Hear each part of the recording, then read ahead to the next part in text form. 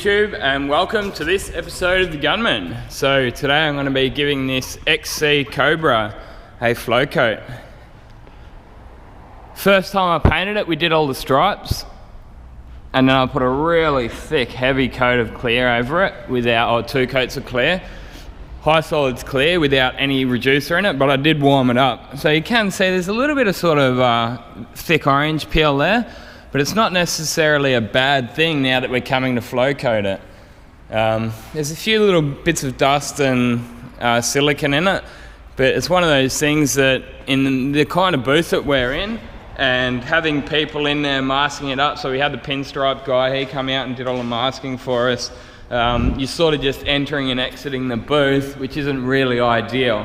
So we did give it a good clean out, and we'll be doing the same thing again today when I do flow coat it. But yeah, just sort of keep the entry and exits to a minimum. I'm hoping to, once I start painting, get all my paint in there set up, ready to go, not exit until the job is entirely finished. So the benefits of flow coating is that we're not going to have any edges here. So at the moment, even though I did load it up with clear, there's still a bit of an edge there. I do have to be careful not to cut through though when I am sanding down, like I did over here, you idiot.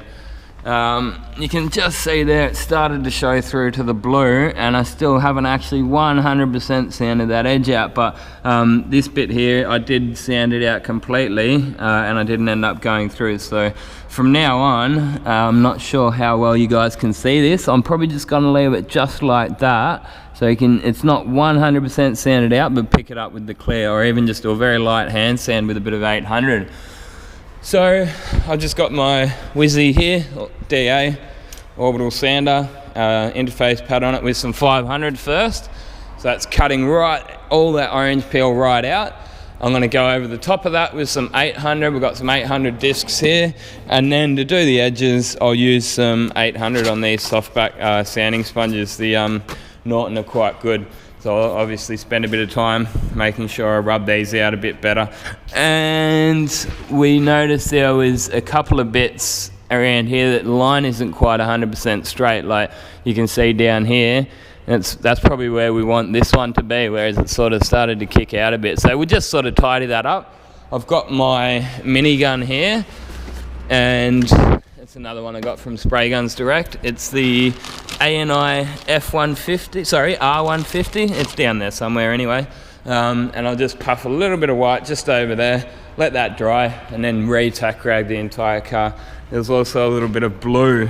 I actually saw it land as I was painting my first coat of clear, so it's probably flown off a bit of masking or something like that from where I painted the blue and landed here. Now I did try to pick it out with a piece of folded up tape, but it just sort of didn't want to come, and it was actually just moving it. So I'll just lightly puff with the minigun, lightly puff a bit of white over there. Again, we've got the same thing sort of going on here, and I'll just sort of puff that in at the same time. So obviously when I'm doing that, I'll want to have these blue sections masked off again anyway, so I'll remask that just so I don't get any overspray on it mainly.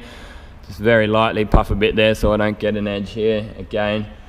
And yeah, we do have a sort of I think it's 12mm blue stripe that runs right down there anyway, so you do have a little bit of, if I was to sort of cut through on here, it wouldn't necessarily be the end of the world, because you do have that striping anyway. So got the boot lid here as well. There's a little bit where I might have gone a bit heavy with the clear, but we'll be able to sand that out and maybe even just get a neat touch up, remask it and re-clear it. So I managed to bury that line quite well, and that was just the first time too. So, but again, we do have a few bits of crap in it and some very light silicone, but hey, that's painting for you, isn't it? None of us are perfect. We're not miracle workers, you know. We've all got to do our best with what we've got. But yeah, we've done well to get rid of the water out of the lines, and that's with one of these things. I think he said Ricky only paid about $200 for one of these, and basically it's just like I won't undo it now, but it's like a toilet paper roll basically, like, and it just sort of grabs all the water. But yeah, this water trap does probably catch 70-80% of it, and we can just drain that through there.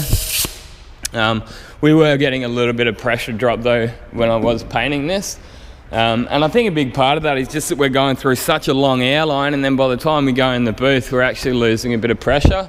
So I'm going to use the Pro Light. I might even whack the TE10 on. So I've got the TE20 here, and I think Ricky said he had a TE10 and a TE20, so I might even just pinch his TE10 because it consumes less air, so I might even actually get less fluctuations with it.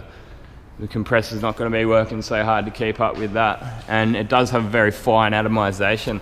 I've been using the TE10 this week for my water base on the silver blends, because I was using the HVLP before and I was just getting some sort of modelly patchy blends, and it's a cut that previously using solvent I never really rated the TE10, but I'm quite surprised at how it's been going. Yeah, like this is one of these things as far as spray painting goes. I've always said it though, like what works for me and what works for you might be different.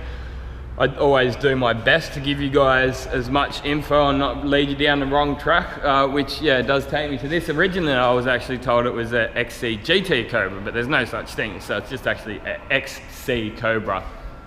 So apologies about that. In the first video I was referring to it as a GT Cobra.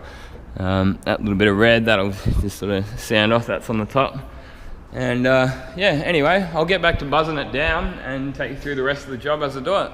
So this is just a quick look at it once all the prep work has been done. So as I said before, I buzzed over the entire thing with 500 grit first. That was good to just get rid of all the orange peel. Now some people may say, oh, you should really be wet rubbing and blocking before you flow coat, but I do disagree with that, and results sort of speak for themselves if you wait around to the end. It's a lot cleaner, the dry sanding, I believe anyway, and as long as you keep the panels clean between each stage, you should have success with it.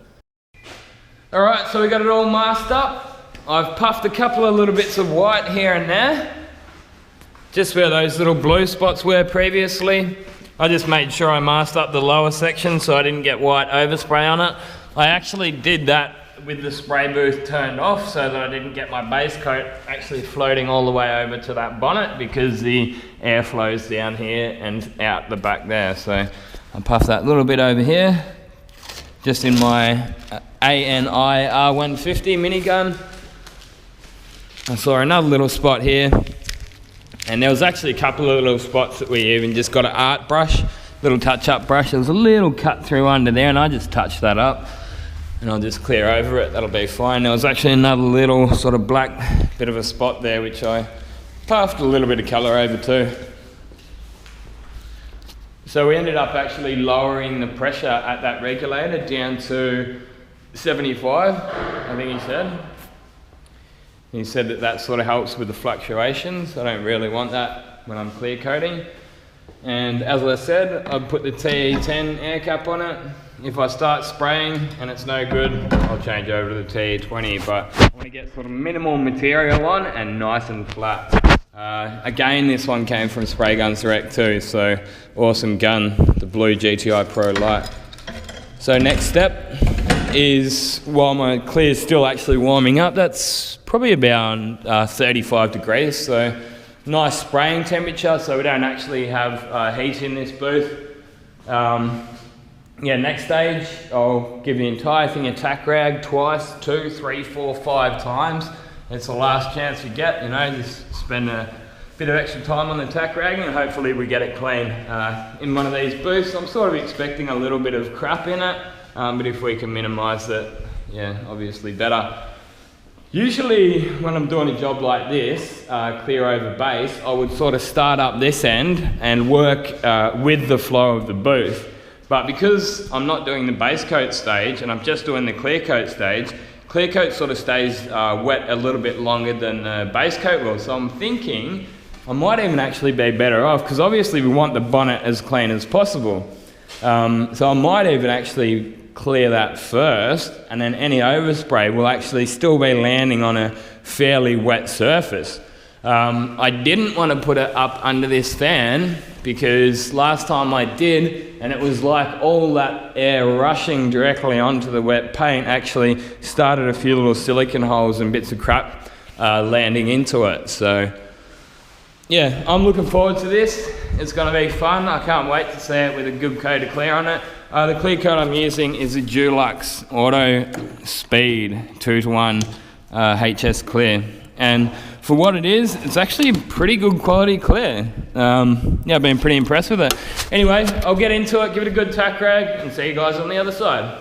It's always a good idea when painting to wear a spray suit, not just for the sake of keeping the job clean, but also keeping the 2-pack and the isocyanates off of your body, because basically the skin is, well, the body's biggest organ, and you can actually get the isocyanates into your body and your bloodstream through your skin, so you really don't want it on your skin. It's always a good idea to have gloves, and I've mentioned it a little bit in other videos, but I probably should make more of an issue about PPE or personal protective equipment, respirators, and you should really have eye protection. A lot of the time I don't do it, but hey, that's on me. I'm aware of the risks involved, and in a good ventilated spray booth you may not always need it. However, it is a good idea to wear some sort of an eye protection when possible, you know, like if you can wear a full air-fed respirator, well then that's obviously going to be the best. You got your gloves, you got your entire body covered up. In the middle of stinking hot summers, sometimes I might just go in there and, you know, wouldn't just wear my shorts or something like that. Just because I do it doesn't mean that you should do it. You're on your own. Really, I take no responsibility for any stupid stuff you guys do. I'll do my best to point you guys in the right direction. But at the end of the day, if you don't know you're meant to be wearing a respirator when you're spraying paint, well then you probably shouldn't even be spraying it in the first place. This channel here is about spray painting. It's not, my name's not Mr. Safety, you know, I'm not going to harp on about that in every single video. Yeah, I do expect, and I don't take you guys for a bunch of fools. I know I'm talking to some pretty cluey people that are watching my videos anyway. However, there have been some people that have been in this industry for quite some time that have picked up a few good tips and tricks off me. So I always do my best to include as much info as I can. Obviously, what I'm doing here is wiping the entire job down with the tack cloth. These are the DuPont Sontara, or they used to be called DuPont, but now they're just Sontara tack cloths. I think they're designed for the water base. However, I don't actually even tack rag my base coat that much, if at all. There might be, you know, a few circumstances that I would do it, but most of the time I don't tack rag base coat. It's one of those things that after painting a few jobs, and you'll just know what needs tack ragging as far as base coat goes anyway, but we're not focusing on that in this video. We're focusing on the flow coat. So yes, I mentioned before, I'm using the TE20 air cap, and it's atomizing the paint really fine. Like for my first coat on a flow coat, I don't go and absolutely heave it on. You want a nice fine atomization, so I've got the pressure right up at 2 bar. I've got the fluid wound out to 4 full turns out, so you wind that fluid in so you got absolutely no pull on the trigger whatsoever, and then I've wound it out 4 full turns, which is kind of really pretty close to full fluid. If you wind it out anymore, that trigger isn't going to pull much further back. Once you're up to the 4 turns out, you just about got your full trigger pull anyway. Apart from that, full fan, and yeah, happy days. So this is the new GTI Pro Light that Spray Guns Direct sent out, as I mentioned before. Totally loving it. I think this gun was probably the perfect gun to use on this job, because it just about looks like the same color scheme as this Cobra. So yeah, as I mentioned before, I decided to paint the bonnet and boot lid first, but then I went over and did the body for the clear coat, and then I actually did my second coat on the body and came back and did the panels last, because I was mentioning about the airflow in the boot. So I got that sealed coat first on the bonnet and boot, and then I can get all the overspray on it that I want. It's not going to sit up there, and it's not sort of going to go all gritty or something like that, because it's got that wet coat of clear to sort of sit in. And I did the 2 coats on the body, and then came back and put the second coat on these parts, and I actually got this job really clean. To be honest, I got it cleaner than what I expected. So my mate Ricky, he's actually a Kiwi guy, he got in contact. I think I made a mention to it in the previous video. He got in contact through my videos, and he said, man, I got this job here, a little bit out of my depth with it, because he's more a spray painter. He actually found a panel beater than a spray painter. He found my videos because he was looking at some custom painting. I've got a couple of videos that I did with the DNA paints there a little while ago, and I think this can of V is making me talk a little bit quicker than I usually do. Hope you guys are able to follow. But anyway, he said, yes, I'm a bit out of my depth with this job. Hopefully you'd be able to come and give me a hand. So I said, yeah, why not? It'll be an awesome car to paint. And I'll tell you what, I'm glad I did go up and paint this thing. But as far as, the booth goes, the first time we had those real big air issues, like the air fluctuation issues. We also had a bit of junk and crap flying around inside the booth. We had probably too much pressure in that booth, so it was blowing a gale. He ended up slowing it down a little bit. So he got a bit of cardboard down at the back end where the filters are in the back wall, the extraction end. And yeah, that's basically slowing that fan down a little bit. He's also gone around with some expander foam and just filled up all those gaps, and it's actually made a big difference to the way this booth sprays. I did make a mention to it in the previous video that this booth was really just for machinery and stuff that didn't matter if it had a couple of imperfections in it, but now you're trying to get good finishes out of it. It did take a bit of work to get it up to a half decent standard. So I have been playing around with the air caps a little bit lately, and I have made a video probably about 2 months ago, and it was a TE20 versus T110 air cap review. In that video I said I don't really rate the TE10 air cap, and yeah, within 2 months I changed my mind. This air cap is quite good. It's probably not the air cap that I would be using every day though, but for flow coating and getting those dead flat glass finishes, getting sort of, in a way you get less material but you get it flatter, if that makes sense. I'm sure most experienced painters will make sense of that. So you're still getting a very wet, a nice amount of paint on there, but not overloading it like I did the first time with the TE20. In a way, I sort of didn't mind though, because I wanted that material on it. I wanted it, a nice big thick chunky coat of clear on there to be able to sand back into and then flow coat over. But I didn't put any reducer in it the first time. I did this time. It was around 10 to 15% I put in this time, and the clear was heated up as well. I think it would be around 35 degrees. So flash off times are greatly reduced.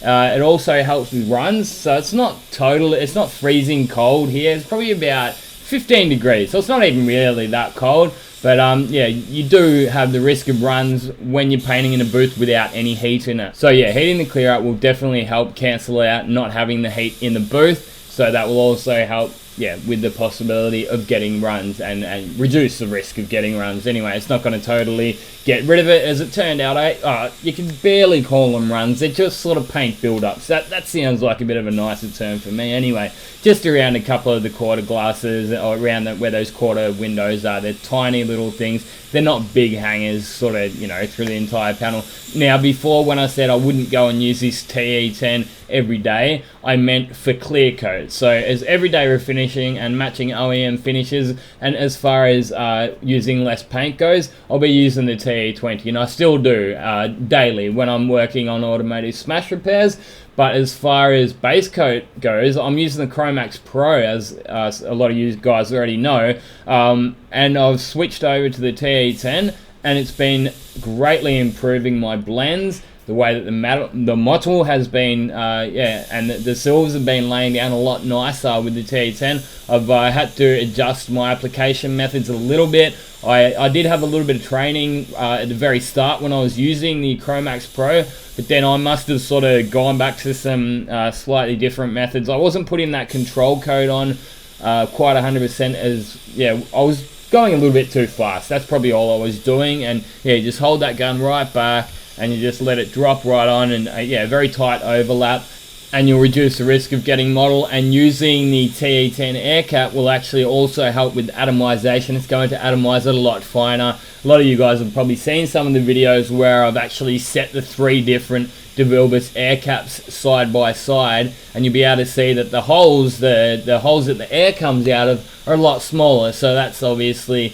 the paint follows the air, and then so you're going to get that fine atomization with the TE10. I don't think I'm going to be able to actually sit down and narrate this entire video. I think I would need another 10 cups of coffee, a couple of Red Bulls, and some cans of these. So you know what I'm going to do? Rather than uploading the raw footage to my raw channel and then doing a mainly edited video, I'm going to just leave it at this for you guys. If you would like to jump up to the end of the video, you'll be able to see my reaction after flow coating it. If there's a fair bit of painting footage for you guys to sit through, but it is entirely unedited raw footage If it interests you, watch it. If it doesn't, I'm not really going to care. You know, I do understand that people with YouTube videos, they have a flick around. It's what we all do. So jump up to the 50-minute mark if you would like to see the ending of this video. Otherwise, hang around. I'm glad you guys have watched this video and have at least got this far. Thanks for watching.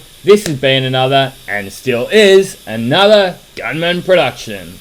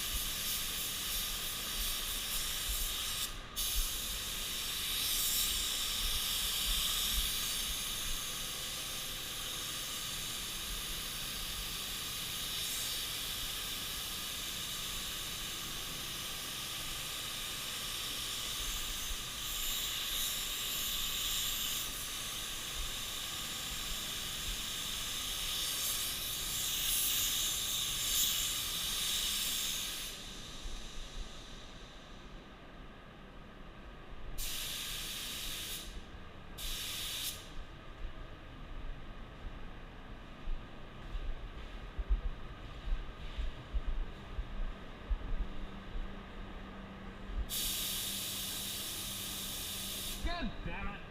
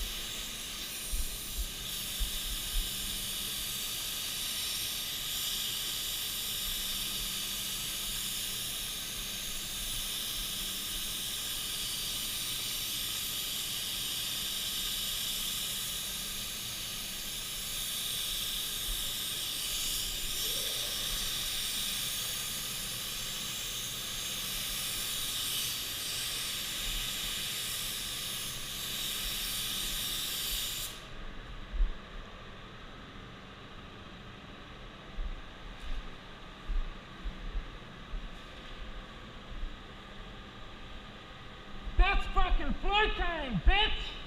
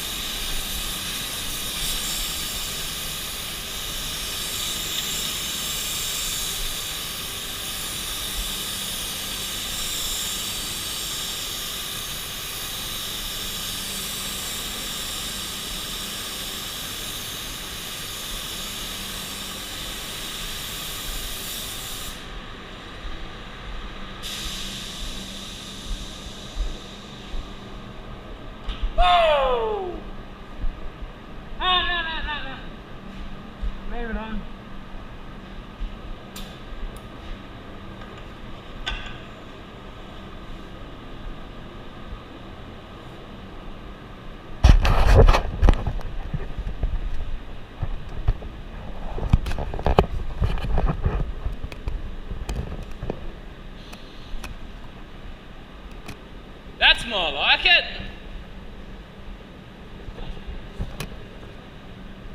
That's the best $1,200 he'll ever spend.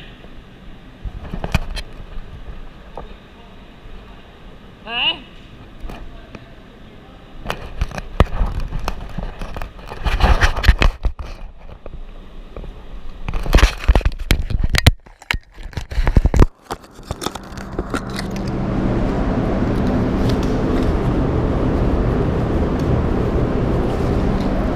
Absolutely fucking killed it. Flow coated the XC Cobra.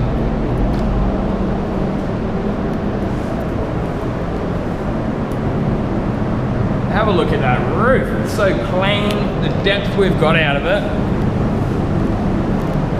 I reckon that'll be close to the best $1,500 or $1,200, sorry, dollars that the owner has ever spent.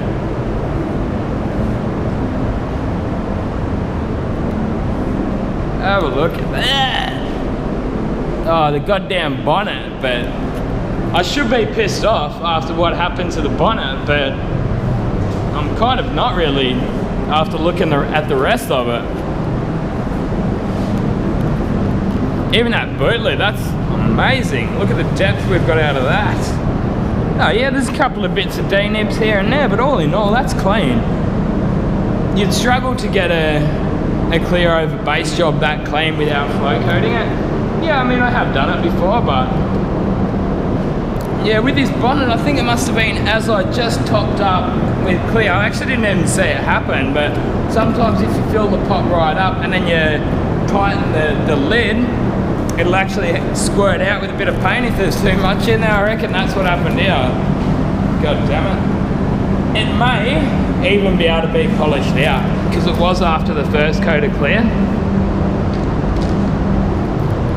So I think I had a good idea as far as the way I cleared it. You probably noticed I cleared the bonnet first, then the boot lid, then that bonnet scoop, and then I came back to the car, worked my way around the car, did the roof down that side, and then actually did the second coat down the side of the car, went around the car, and all in that time, it was all the overspray was landing on the bonnet, but I'd already had a wet coat for it to land into, so it wasn't landing on the bonnet as loads and loads of little pimples that I was going to have to paint over. It actually had that wet coat to sort of start to land into, and then when I'd finished the body, went back to I did the boot lid and this first actually, and went back to the bonnet, and yeah, just went over the top of that, and yeah, without those couple of sort of little lumps in it, that would just be totally amazing and fairly clean too. Considering the booth I got to work with, I'm very impressed with it. So Pro Light, big thanks to Spray Guns Direct for that bad boy. They sent it out with the HV30. I ended up borrowing the TE10. I left mine at work actually. I grabbed the TE10 off Ricky because he got one of these. And yeah, previously I've said, oh, you might not want the TE10 for the HS clears, but after what I just saw then, it actually totally rips it up.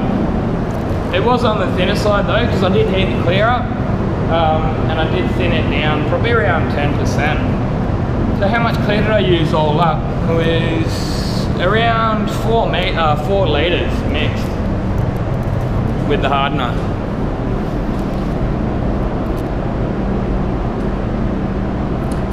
The first time I painted, there was like, yeah, lots of bits of silicone and a few bits of crap through it, and a bit of orange peel in it, but yeah, that's not the case this time. I think some guy actually even came in and looked at like one of the quarter panels and then has gone and told the owner of the car, oh, there's a bit of orange peel in the quarter panel. So there you go, Mr. Sniper. You want to talk shit when a job hasn't been finished? You look like the fool.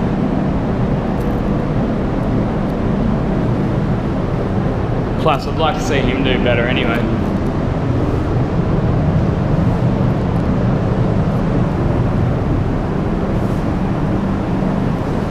So, probably made myself, yeah, 800,000 bucks. I mean, there will be a few other things I'll finish off. I'll finish that bonnet off, but, you know, a good day's work. honest day's work, made a good couple of bucks. Sometimes in this trade you feel like you just get taken advantage of by customers, and they always want extra shit done for free, and it didn't happen in this case. I didn't budge on my quote for it. I said I want $1,000 just for the labor. You guys pay for the materials on this job, and yeah, he's got, not many people can do that. That's the honest truth of it. Not many people can get a nice glass finish like that on the flow coat. Sure, there are lots that can, but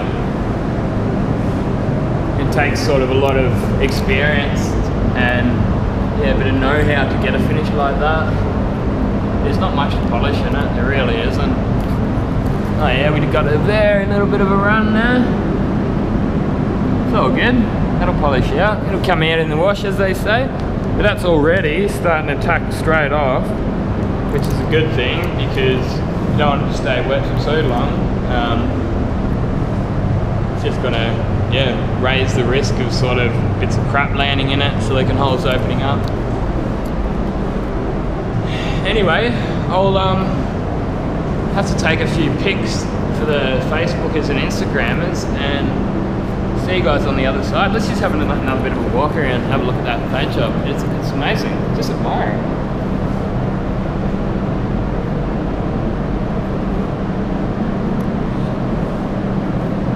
See, I've got nothing to hide. Yeah, there's a couple of bits of crap there. Whatever. You don't like it?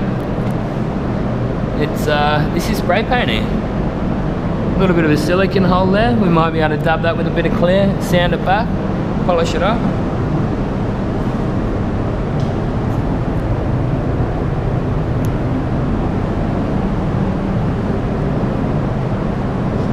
Not sure about from up there, but from where I'm sitting, that roof looks amazing.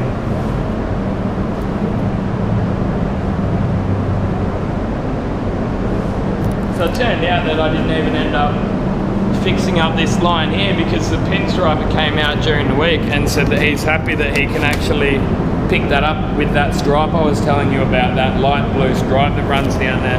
The stripe said, no, don't worry about it. So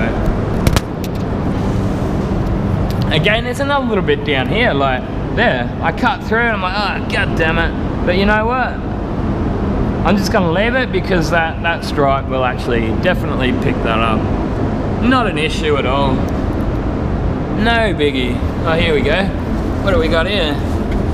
This must have been where I sort of doubled up on my clear. You may have noticed when I was clearing. I always like to keep, that'll slice off anyway. Give that a bit of a colour sand back. But yeah, when I'm clearing, I don't like to sort of, some people you might think, oh, you'd sort of stop at the door when you're doing your overlap. But, or you end up getting these big build-ups and sausages. So I actually sort of like to bring it just, you know, a couple of inches over the door. So what I've obviously done here is just overlapped a little bit too much when I did, yeah, come over there. But all in all, it's quite nice. What are you doing, hiding from the camera, Ricky? Camera shy.